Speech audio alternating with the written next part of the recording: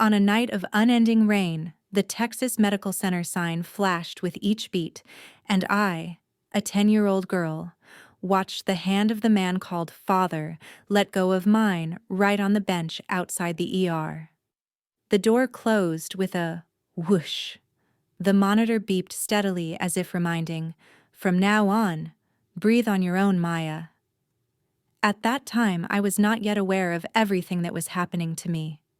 12 years later, I sat before the hospital board, listening to a doctor read aloud an insurance file in my name for an inpatient surgery, $28,400. I flinched slightly. Why, when I had never lain on any operating table? Then, who used my name? I am Maya Torres, living in Houston, Texas. I grew up on the smell of rubbing alcohol, the hurried footsteps in hallways, and questions no one answered. Tonight, when the explanation of benefits sheet is raised like an indictment, I am no longer the child who was left behind. I will trace each word, each number, each trembling signature to find the truth. Not to take revenge on anyone, but to give my name back to myself. There are wounds that can only be stitched with truth and self-respect. Knowing who you are and not letting anyone write your life for you. Hello. You are at Revenge and Resolve, where we turn cracks into pathways. If this story touches you, please stay with me. Hit subscribe, press like, so the algorithm brings the story to those who need strength, and leave a comment telling where you are watching from. Each of your follows is like a raincoat draped over the child I once was, warmer, steadier, less afraid. Thank you for taking the time, for listening with your heart. We will open this file together, page by page, until the truth stands up and peace finds its seat. Dawn in Montrose always opens with humidity thick like a thin towel wrapping the shoulders. I carry an HEB paper bag rustling with a few bananas and a carton of eggs, push the door open to the street, and take a breath of the smell of wet grass after the night rain. From afar, the sound of the red Metro rail rumbling rolls toward the Texas Medical Center. My Metro QR card gives a small beep when it touches the machine. I stand tucked by the doorway, waiting for the train. My finger touches the sticky note stuck in my wallet. CPR skills check. Friday.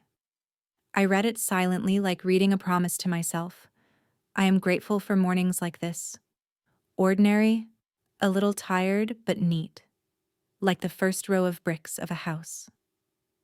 The early shift at the coffee shop on the corner opens my day. The glass door is fogged with steam. The smell of espresso mingles with the smell of waffles. I tie my hair again, slip on the scrub shoes with worn heels, the shoes that have followed me through many EMT classes and late-night food delivery runs. The grinder shudders. A customer in an Astros shirt walks in, and Houston immediately appears through his smile and a few drops of sweat on his forehead. "Double cortado, please," he says. "On it. Stay cool, it's Houston," I reply, winking. He smiles, taps the card on the machine. The beep, sounding familiar like the heartbeat of the city. I pour the milk, pull the shot, place the cup on the counter, and in that moment I feel I am holding a rhythm, serving, listening, and giving energy to those who are also running through their day. At noon, I stop by the mailbox for the rent bill. The paper is thin. The number, not at all thin. I fold it neatly and put it into my bag, reminding myself, tonight a few more Uber Eats orders will be enough. At the station, I sit next to an old lady holding a small bouquet, watching the Metro rail glide past the old oaks, shadows falling across the road like a big hand shading the children. Houston is hot, but generous in its own way. If you work hard, it will open another path for you. In the afternoon, I go into the EMT class at the community college. The classroom smells of the plastic of the mannequin, the smell of rubbing alcohol, and the sound of shoes scraping on the floor. The instructor calls me up. "Maya, skills check." I place both hands in the right position in the center of the model's chest. Count a steady beat. 1, 2, 3. Amid the calm gazes of my classmates. Each time I press down, I remember the rain years ago outside the ER, remember the whoosh of the door, and a hand letting go of mine. I am no longer afraid of that memory. It is like a scar that knows the way. I want to return to the emergency department not to mend the past, but to be present when someone is short of breath. Late afternoon, I sit on the steps outside the class, turn my shoes over to brush off fine sand. The scrub shoes have faded, but still fit snugly like the phrase, "Keep going, just a bit further." I open my phone, record in the app, review AED, check first aid kit. The sticky note in my wallet reminds me once more about Friday, the day I will prove to myself that my hands are steady enough to hold a heart. When night falls, I turn on the app, run Uber Eats orders through the lamplit wet streets. I deliver dinner to a young couple holding a baby, to a nurse just off shift. They say thank you like inviting me to a long, pleasant breath. Sometimes the car stops before the Texas Medical Center sign, the red letters reflecting on the glass. I turn off the engine, sit still for a minute, hear the sound of a monitor echoing from somewhere like an appointment. My dream is simple: to stand inside, on the side with the white lights, where people call each other by, "Are you okay?" "I'm here," and "Let's try again." I was once left behind there, but each day I take one more step to return by my own feet. Before sleeping, I lay out the rent bill, the Metro card, the worn shoes, and the sticky note on the table like small puzzle pieces of a life. None of them is beautiful in the flashy sense, but they connect into a straightforward story: working, learning, paying debts, and keeping dreams. I message myself a line: wake early tomorrow, remember to bring a spare mask. Then I turn off the light. Outside, Houston is still warm, still humid, still alive. And inside me, a small light turns on. Tomorrow will again be a day closer to the ER door, the door that closed to the 10-year-old girl, but is opening to the 22-year-old woman who knows where she is going. The mailbox in front of the boarding house made a dry kang. I pulled out a whole stack of envelopes printed with the health plan logo. On the way back to my room, the smell of sun and Houston humidity mixed with the sound of air conditioners from half-open windows. An ordinary day, except my heart beat a little fast with a hunch that something was off. I sat down on the bed, slid open the first envelope. Explanation of benefits. Lines of text thick as bricks. Services, dates, billing codes. I swept my eyes to the line DME, knee brace, and the figure $1,980 stood out like an exclamation mark. I had never injured a knee, never requested a knee brace. The next envelope was pre-authorization approved, pre-approved for something I had not requested. I swallowed dry. The phone lit up. 2:14 a.m. Your patient portal security code is... I started, remembering at that time I was sleeping to work the early shift in the morning. So who is trying to get into the patient file in my name? At noon, while pulling an espresso shot for a customer, I received an automated call. You owe $1,980 for DME, knee brace. I set my hand down, kept my voice steady like when counting compression beats. I have not received a knee brace. Show me the signed receipt. On the other end, the recorded voice looped back. Please contact the provider. The answer slid past my ears like rain sliding down glass, wet, but it didn't soak anything. I hung up, hurriedly wrote on my palm with a ballpoint pen. Signed receipt? There are times when a small question is enough to keep you from drifting with the current of confusion. In the afternoon, the small boarding room turned into an operating table for paperwork. I spread everything out on the floor. On the left were the EOBs, in the middle the bills, on the right, all the pre-authorization approved notices. I taped each sheet in place, used a pencil to underline dates and times, circled the amounts. Each sheet was a piece of a story someone else was writing for me. I opened the phone again, scrolled to the chain of 2FA texts, 214, 216, 221. The codes lined up like footprints in the sand leading into my private house.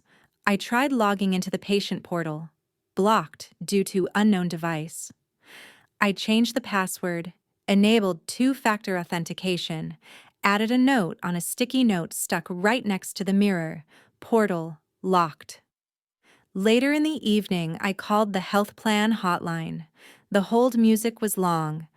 I could hear my own breathing steady. When someone picked up, I recounted slowly. I received a strange EOB. There's a DME, knee brace for $1,980, along with 2FA at 2:14 a.m. I request to see the recipient's signature and the delivery location.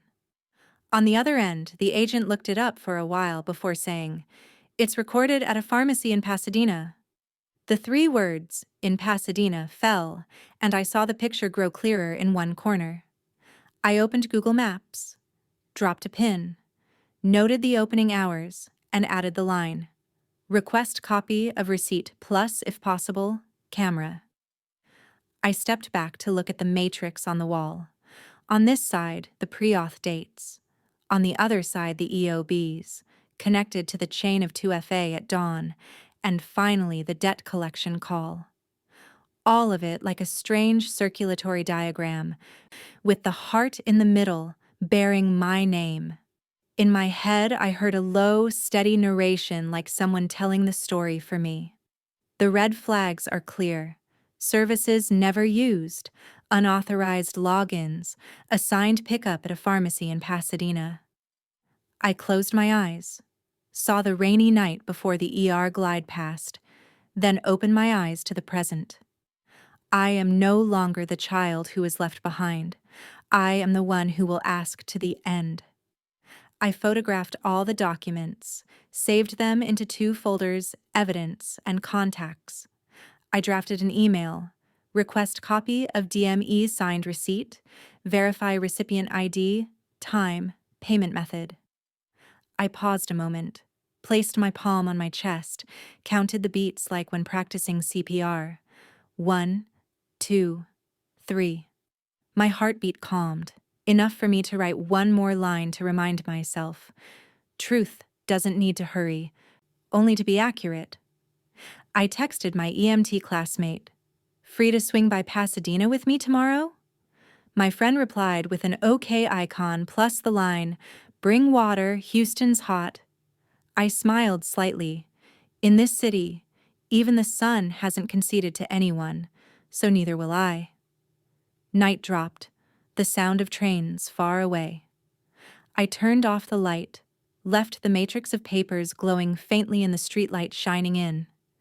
The papers were no longer a threat, but a map I would use to return to the place I was once left. Only this time I would go under my real name, with steady breathing, and with the unflinching question, "Who signed in my place?" Tomorrow I will find the answer. And when I find it, I will set it down gently, in the right place, like placing a hand on someone's chest and saying, "It's okay, breathe deep, we are here." In the afternoon, I went to the Patient Financial Services Department of Memorial Hermann. The sliding glass door opened, the air conditioning blew cool, and immediately to the right was a white poster printed in bold, "Compliance Hotline." I hugged the stack of EOBs and bills to my chest like hugging a life jacket. "I just need to explain. I haven't had surgery," I said to the receptionist. Just then, a doctor walked by, his lab coat still carrying the smell of alcohol, his name badge glinting under the lights. He stopped, tilted his head. "What did you say?" I looked up. "I am Maya Torres. The insurance file says I had inpatient surgery. I have never lain on an operating table." He furrowed his brow, Quickly read the paper I handed over. I'm Caldwell. I just saw 2 duplicate claims this morning. One post-op patient named Maya Torres. But the height and weight don't match the original record. The words "don't match" seemed to touch exactly the spot where my heart was tightening. Before I could ask more, a woman in a gray cardigan appeared, wearing a name badge, Priya, Compliance. Her voice warm and clear. If you agree, allow us to look at the system access log, audit log, and the chain of custody of the prescription. Everything will follow procedure, with your authorization signature. I nodded. She handed over a thin form. I signed my name, neat as writing a statement. I let the truth come in. We went into a small room, white lights, the warm smell of a printer. Priya turned on the computer. Lines of text ran like a night train. Here, she pointed. Logins to the patient portal at 2:14 a.m., 2:16, 2:21, from an IP address in Baytown. I swallowed hard. At that time, I was sleeping to make the early shift. Caldwell pulled a chair closer, his voice serious yet gentle.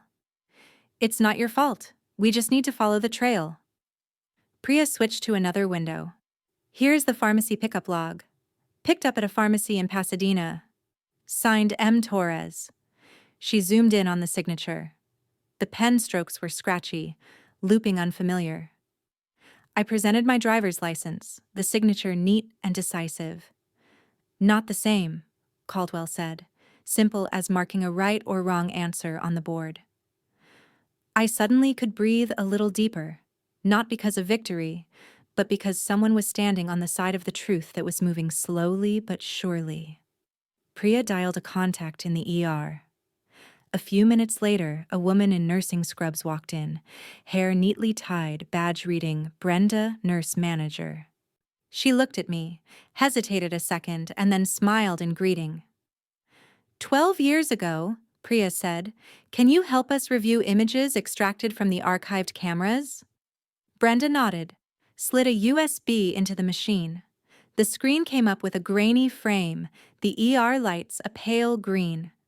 A man holding a little girl's hand walked in, set her down on a chair, looked around, then left. My heart skipped an offbeat. The old memory suddenly came into focus. Brenda leaned in, narrowed her eyes. This case, I remember.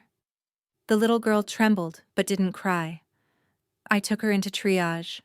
The man did not return. The room was quiet for a few beats. Enough for a piece of the past to find a place to rest. Caldwell reopened the claim tab. 2 records. One post-op, one not. Vitals measurements different. The timing of the claim coincides with the night logins from Baytown. Priya took notes, each line like pinning a tack onto the case map. Nighttime IP in Baytown. Pickup signed M. Torres at a pharmacy in Pasadena. Signature not matching. Archived ER footage 12 years ago confirming the abandonment circumstance. And me, the person named, sitting here, fully authorizing. She looked up, spoke to me as if promising, these are enough to open an internal investigation. We will pause collections, send a fraud alert to health plan and the pharmacy, and review all orders related to your name. I heard the phrase, pause collections, fall into me like a sip of water after a stretch of blazing sun. We printed the report. I signed 2 more small places. Brenda placed her hand on my shoulder. Very lightly. You have come back to the right place. I nodded, unable to hide the trembling mixed between tiredness and relief. In my head, a low, steady narrator's voice seemed to pass by, summing it up for me. The initial evidence, the claim records, the access logs, the ER video, was enough to open an investigation. Everything was valid because the victim herself authorized it. I hugged the new stack of papers, stepped out of the room, and passed by the compliance hotline poster once more. There was no applause in the hallway, only the sound of nurses' rubber clogs, the quiet whir of ventilators, and a steadier breath in me. From here on, I no longer have to shout to be believed. The stamp and the report will speak, and I will keep living, keep telling, and put each piece back in its right place.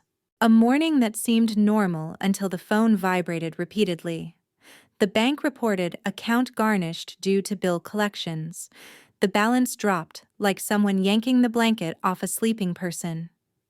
I stood at the HEB checkout with a basket of eggs and a bag of flour, swiped the card once, twice.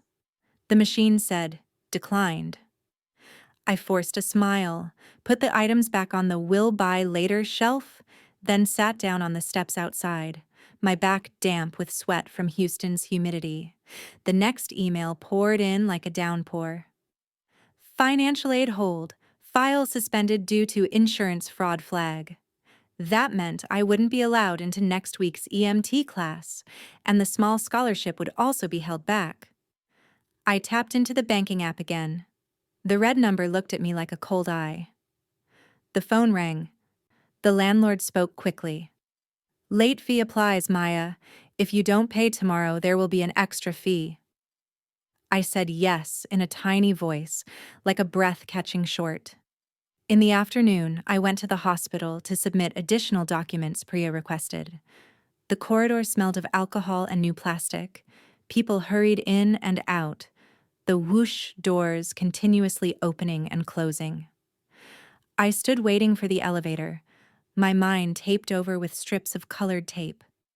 The basket of eggs left at the supermarket, tuition frozen, late fees, and the question that wouldn't let go. Who is living under my name? The elevator door opened. I stepped in, pressed a floor. When the stainless steel mirror reflected my paling face, tears suddenly poured as if someone had turned a faucet. I covered my mouth, but the sob still broke out. The floor numbers ticked up slowly.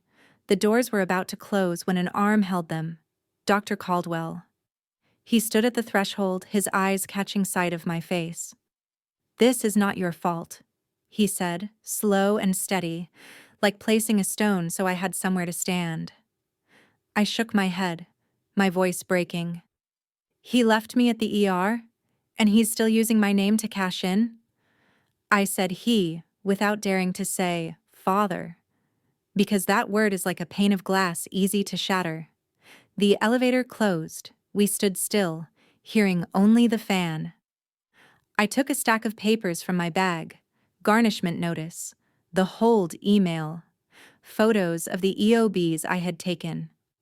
Caldwell didn't rush to speak, letting me breathe through the last of the sobs. I recounted in fragments. 2:14 in the morning, 2 FA messages poured in. A call demanding $1,980 for a knee brace. An IP address in Baytown? A strange signature for pickup in Pasadena. I thought I had kept calm through so many times, yet right now my chest still hurt like after running in the sun. Caldwell nodded. "We already have the audit log and the pickup log. Priya is opening a case. I'll ask social work and financial counseling to step in with temporary support for you, so at least you have dinner and a quiet place to sleep." I nodded, my heart feeling both warm and ashamed for having to accept help.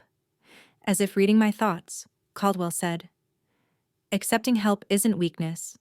It's oxygen, before you dive again." The door opened. We stepped out. Along the corridor, monitors beeped steadily, like reminding me of how to count beats when doing compressions. Not fast, not slow, just steady. Priya called, gave a short update. Health plan had paused all collections during the investigation. I said, "Thank you." Yet my throat still burned because the landlord's phone call still rang in my ears. "Late fee applies," Caldwell asked. "Do you have anyone to stay with tonight?" I shook my head. He handed me a paper with the social work number instructing, "Call as soon as you get home, and eat something warm first." I held the paper like holding a dry towel. Outside, the evening breeze carried moisture from the lawn, the sky about to rain. I sat on the steps near the parking lot, hugged my knees, and let myself finish crying the rest. I didn't cry because I lost. I cried to lighten myself, to make room for new breaths. Then I opened the phone and wrote a short list. 1. Call social work. 2. Email the school to request a temporary lift of the hold to enter the lab class. 3. Send health plan the formal authorization letter. 4. Ask the landlord for a fee extension. 5. Tomorrow stop by the Pasadena pharmacy to request the signed receipt. I added a sticky note to my wallet. Do not blame yourself. The fault is not mine. At night, I walked back to the boarding room. Yellow light spilled through the windows, the sound of the TV from the room opposite, the smell of fried shallots from the shared kitchen. I opened the door, turned on the yellow light, spread the papers out on the scratched wooden table as before. But today was different. Amid the cold numbers, I saw a warm thread, people ready to stand with me, Caldwell, Priya, Brenda, and a few more names that would appear. I placed my hand on my chest, counted beats. 1, 2, 3. No need to promise anything grand, only not to give up. And just as the narrator's voice still reminds me somewhere inside, the financial and reputational crisis has reached a breaking point, a place that forces me to choose, back down or go all the way. I wiped my face, ticked one more small square next to the words, "Go all the way," then blew out the light. Outside, the rain began to fall softly, like a soothing sound. I let it fall, and let myself sleep a deep sleep, so that tomorrow I will keep going. The small meeting room on the 3rd floor was bright white like a new sheet of paper. On the table were 2 steaming cups of coffee. A whiteboard stood by the wall. The marker squeaked "Kit" as Priya drew connecting arrows. Fake DME, knee brace, equipment. Ghost surgery to legitimize the record. Send the bill elsewhere, out of network, to make it hard to trace. Dr. Caldwell sat slightly leaning toward me, a hand holding the stack of papers printed from the system. And I placed my palm on my knee, trying to keep my breathing steady like when practicing CPR. The words she wrote were no longer unfamiliar to me, but when they stood in a row, only then did I see the picture as clear as a map. Someone had built a detour around my name. Priya underlined a box, stuck on a red sticker, Hub Pasadena Baytown. Then she flipped the transfer list, her voice lowered but firm. The intermediary recipient appears many times, Derek Hale. I heard that name hit the air as if striking bone. I stood rigid, my back straight as a rod, my heart missed a beat. Derek Hale is my biological father. The word father passed through my throat slowly like going through a door that hadn't been opened for a long time. Caldwell didn't interject, only quietly shifted his chair closer, like pulling a backrest so I wouldn't topple.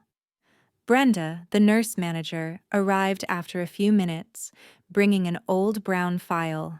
She placed on the table a pre-filled statement, the handwriting neat. I triaged a girl about 10 years old on a rainy night 12 years ago. The man accompanying her said, "I'll park the car," and did not return. Brenda looked at me, her eyes without pity, only warm. "I remember you because you didn't cry. You only clutched the hem of your shirt." I nodded, like setting a stone into its proper socket. The memories stopped stabbing my back, becoming a piece that fit into the picture Priya had just drawn. Caldwell opened the screen, pointed to the access log lines. 214, 216, 221, IP point in Baytown. Priya placed beside it the pickup record from the Pasadena pharmacy, the signature M. Torres, clearly different from mine. All of it lined up into a path with signposts. The person who left me years ago now stringing together a line of fraud using his own daughter's name. No one in the room said the word betrayal, but I heard it resound in my chest and then go quiet, giving way to another word: clarity. Here's the plan, Priya said, circling 3 steps. 1. Submit the file to Health Plan's Special Investigations Unit, SIU. 2. Report to the hospital's executive board with evidence to pause all related payments. 3. Invite a recorded, attorney-present confrontation to bind responsibility. Caldwell turned to me. Maya, I need your written authorization so we can share the necessary information and protect you throughout the process. I nodded. The pen touched the paper. My name appeared. No longer trembling like the first day I held the EOB, but calm, like writing a promise to myself. I will go to the end, but not let hatred lead the way. We reviewed the contact list: an investigator at Health Plan, the legal office, the hospital security department, and the contact at the Pasadena pharmacy. Priya instructed, "From now on, route all collection calls directly to us. You don't answer them alone anymore." Caldwell added, "Social work has arranged meal vouchers for you and has spoken with the landlord to defer fees for a few days. Tonight you should sleep and eat something warm first." I smiled a little, thin as a thread, but warm enough. Accepting help, just as he said, is oxygen before diving deeper. When everyone had dispersed, I stood before the whiteboard. The black arrows, the red stickers, the green squares, all looked like a hard problem but no longer hopeless. I touched the tip of the pen to the confrontation box, wrote in small letters, "Keep calm." In my head, my own familiar narrator's voice rang out, "Justice begins with correct names and sufficient records." I inhaled. 1, 2, 3, and then exhaled slowly. Outside, the hallway cast a gentle alcohol scent. I remembered the little girl from years ago on the ER bench, then looked at the woman signing papers here. The same heart, but with one difference. Today, that heart has a map and companions. Before leaving the room, I tucked the copy of the authorization into my bag. Texted my EMT classmate. "Tomorrow I'm busy with a working session with Health Plan. Tell me the AED review material, okay?" The phone buzzed. "Okay, see you after class." I smiled. On the other side of the investigation wall, life still continues with small lessons. And I, among the pieces that have just fit, understand that I am not going for revenge. I am going to reclaim my name, then set it down in the right place, so that tomorrow I can still stand at the ER door and say to someone, "It's okay. Breathe deep. I'm here."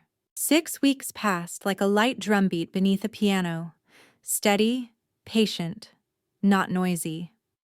I get up when Houston is still misty, slip on my freshly washed shoes, and run along Buffalo Bayou. The river shimmers, the wind carries the smell of wet grass and the smell of earth after rain.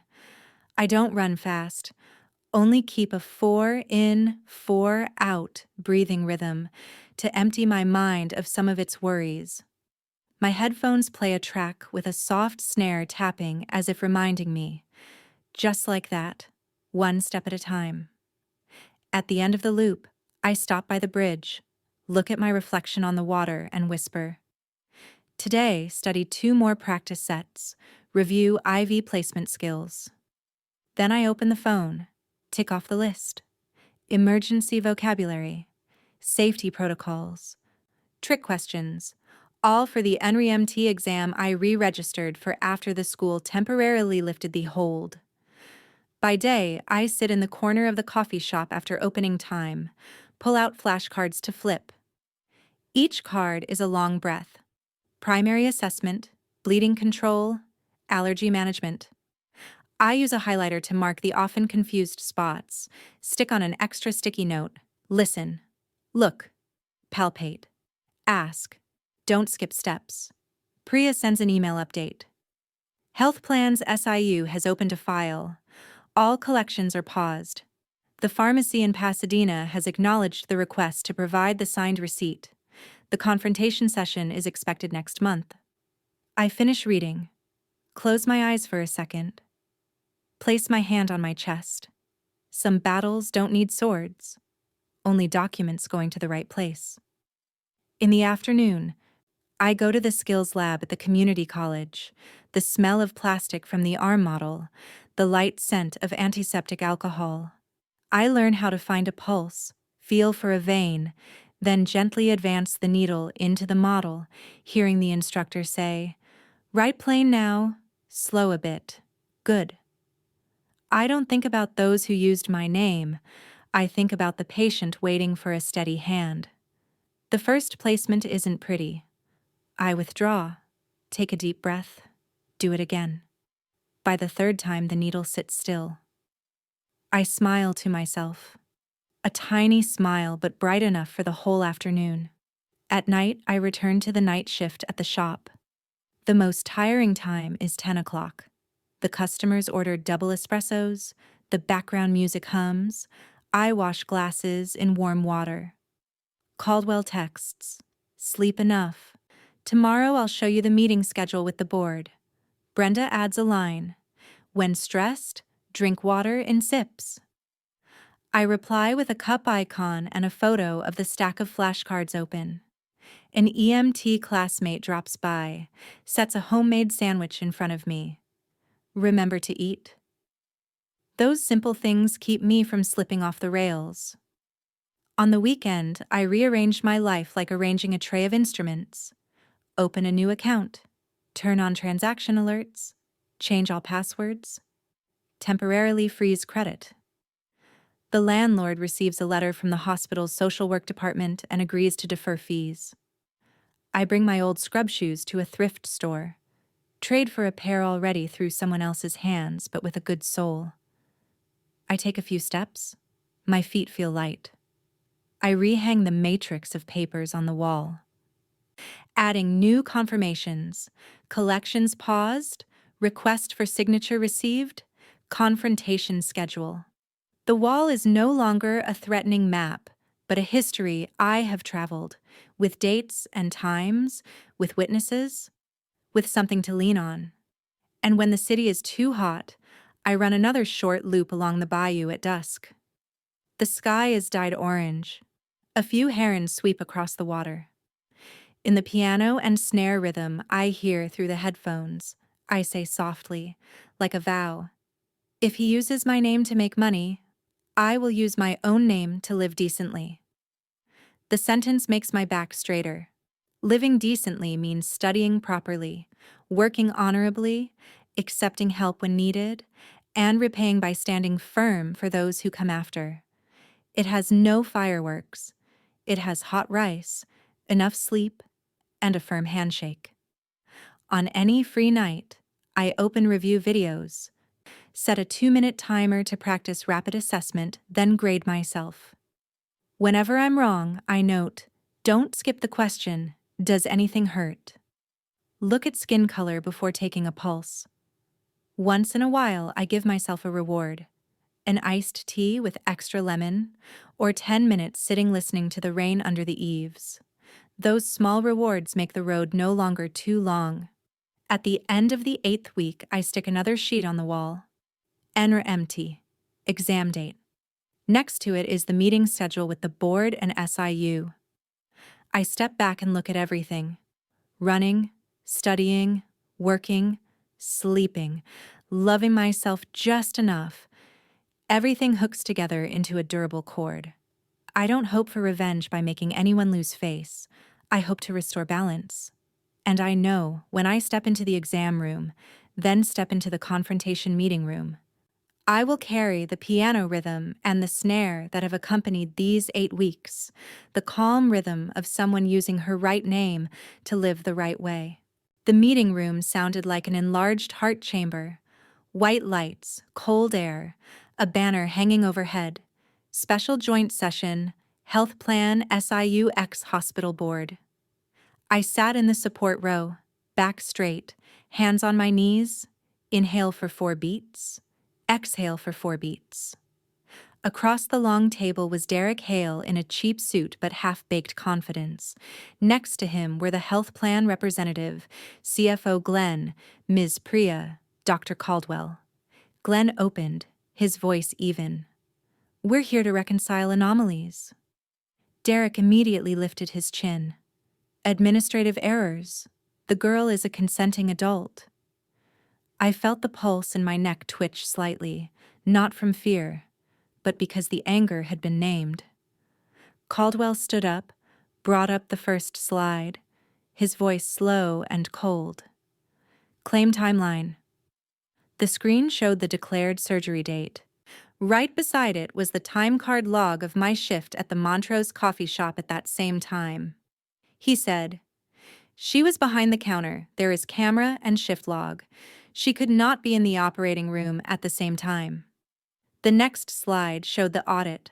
Logins to the patient portal at 2:14 a.m., 2:16, 2:21. The IP address pointing to Derek's house in Baytown.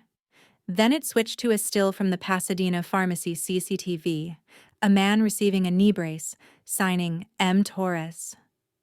I felt the room tighten a notch. Caldwell did not comment, only let the images carry their own weight. The final slide came up. The ER framed 12 years ago, old grain, pale green lights, a man leading a little girl to a chair and then leaving. The room was dead silent, to the point that I could hear paper rustling in Priya's hand. In my head, the narration ran like a ticker. A doctor does not only save people, he saves the truth. "Do you know who she is?" Caldwell turned to ask, his voice still flat. Derek shrugged. "A relative. Who used my address." The door opened softly. Brenda stepped forward, her soft shoes making no sound, her Texas voice low and firm. "I remember that child. You said, 'I'll park the car.' You never came back." I looked at Brenda's shoulder, thought of her hand on my shoulder in the compliance room, and realized courage can be very quiet. Derek tried to smile. "Everyone makes mistakes. This should be handled internally." Glenn cleared his throat lightly, signaling to keep order. Priya took notes without missing a word. I stood up. Not hurried, not trembling, set both hands on the tabletop like placing a photograph in its proper place. "You call that an error," I said, each word round and small. "I call it stealing my life." The word stealing went through the room like an underlined stroke. Derek opened his mouth but found no words. The health plan SIU representative pulled the mic closer, a procedural but not cold voice. "On the record, fraud, identity theft, restitution is due." I heard the phrase, "on the record," like an invisible seal placed on the wooden floor, heavy enough to change the room's tilt. Caldwell added an auxiliary slide, a comparison chart of my signature, and the signature on the DME pickup slip.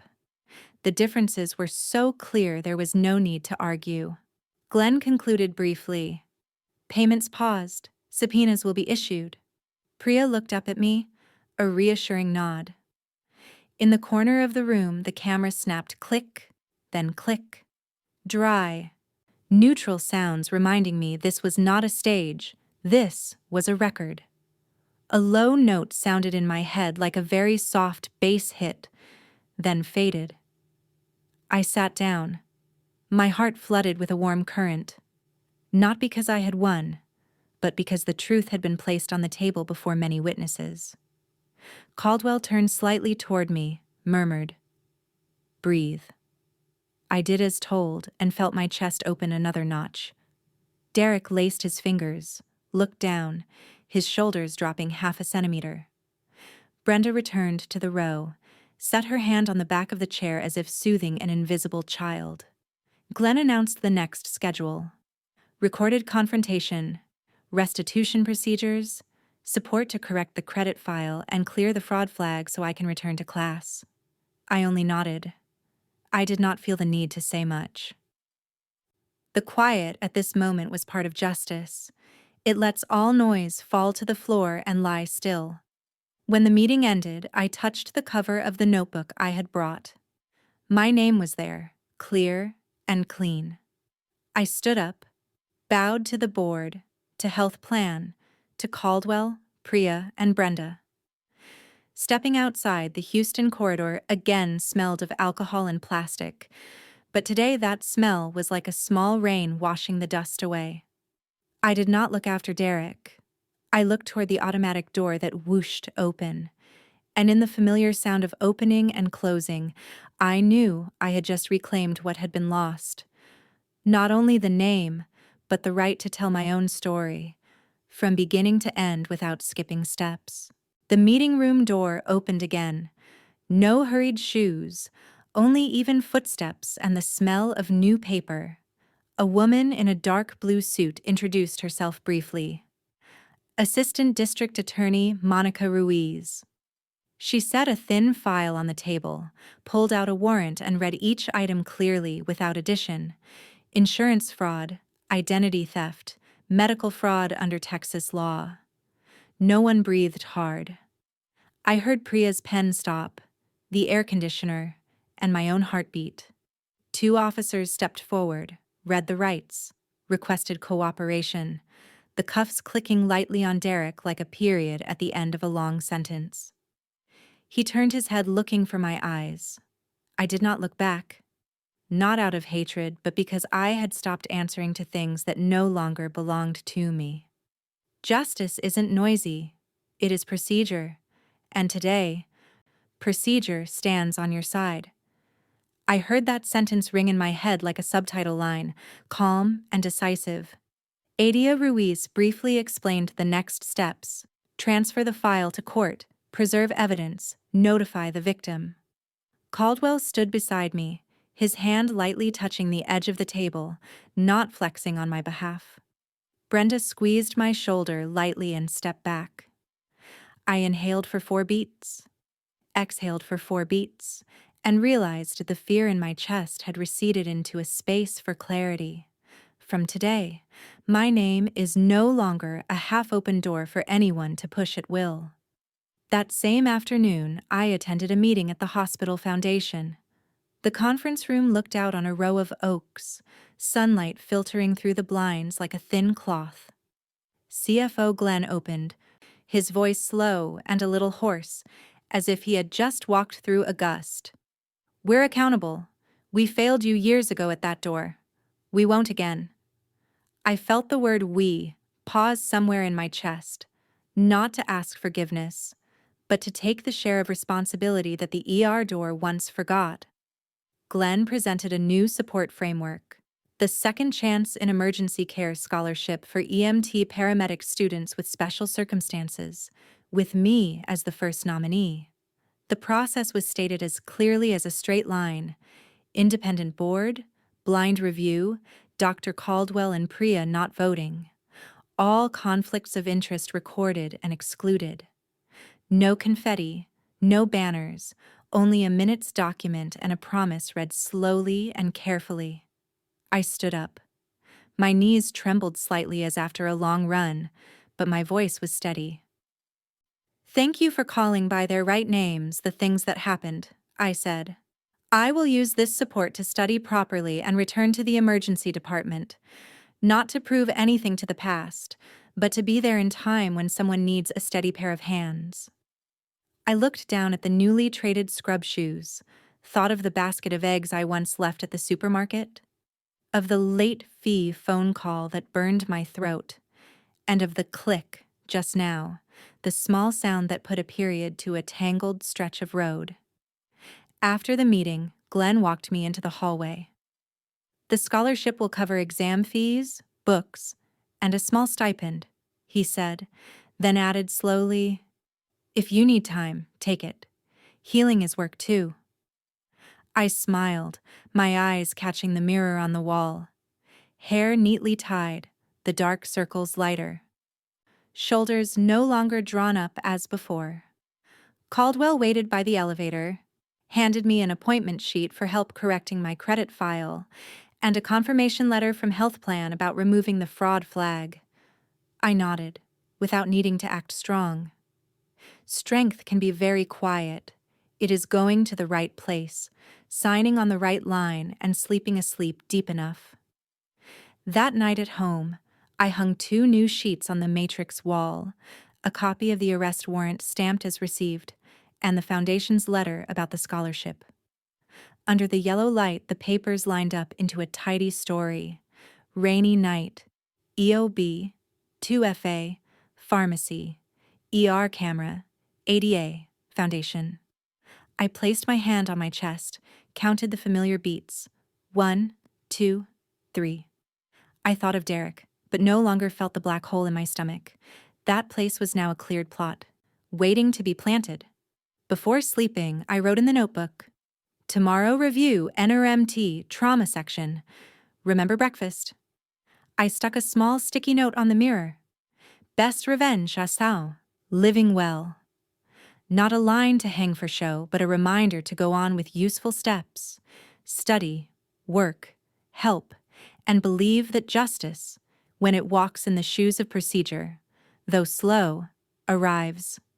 In Houston tonight, the air conditioner hums steady like a snare drum, and I know the ER door is no longer where I was left, but where I will stand, calmly calling each thing by its right name, so that anyone who walks in feels welcomed. A Houston morning is as clear as a freshly wiped pane of glass. I zip up the new uniform, put the stethoscope around my neck, and step out to the parking lot where the ambulance is waiting. The smell of seat plastic, the damp wind after the night rain, and the birds on the row of oaks make everything suddenly gentle. Dr. Caldwell stands at the entrance, just raises a hand in greeting. I answer with a small nod. No need for many words. We both know how far I've come from the bench outside the ER back then. Today, I am not reclaiming the past. I am building the future and using my name in the true sense of it. Best revenge is living well. Each step up into the ambulance is a new signature for my life. Study solidly, work correctly, and be present when someone needs a calm voice to ask, "Are you okay?" I remember the paper wall in the boarding room, now with fewer warning notices, more confirmations, and an exam schedule marked with a highlighter. I remember the click of the handcuffs that day, not to boast, but to remind that justice knows the way to arrive. And I remember the moment of closing the scholarship ledger, taking a deep breath and tucking the stethoscope into the chest pocket. My heart had stopped shrinking from fear, making room for a normal, steady beat. Thank you for going with me to this moment, for patiently listening instead of judging, for letting me retell page by page until the truth stood upright. If this story touches you, I hope it gives you a bit of courage to call by the right name what you are facing. Slow is fine, but don't give up. Have you ever seen anyone use a hospital to profit off their own family? Please like if you stand on the side of justice and subscribe so you don't miss the stories on my channel.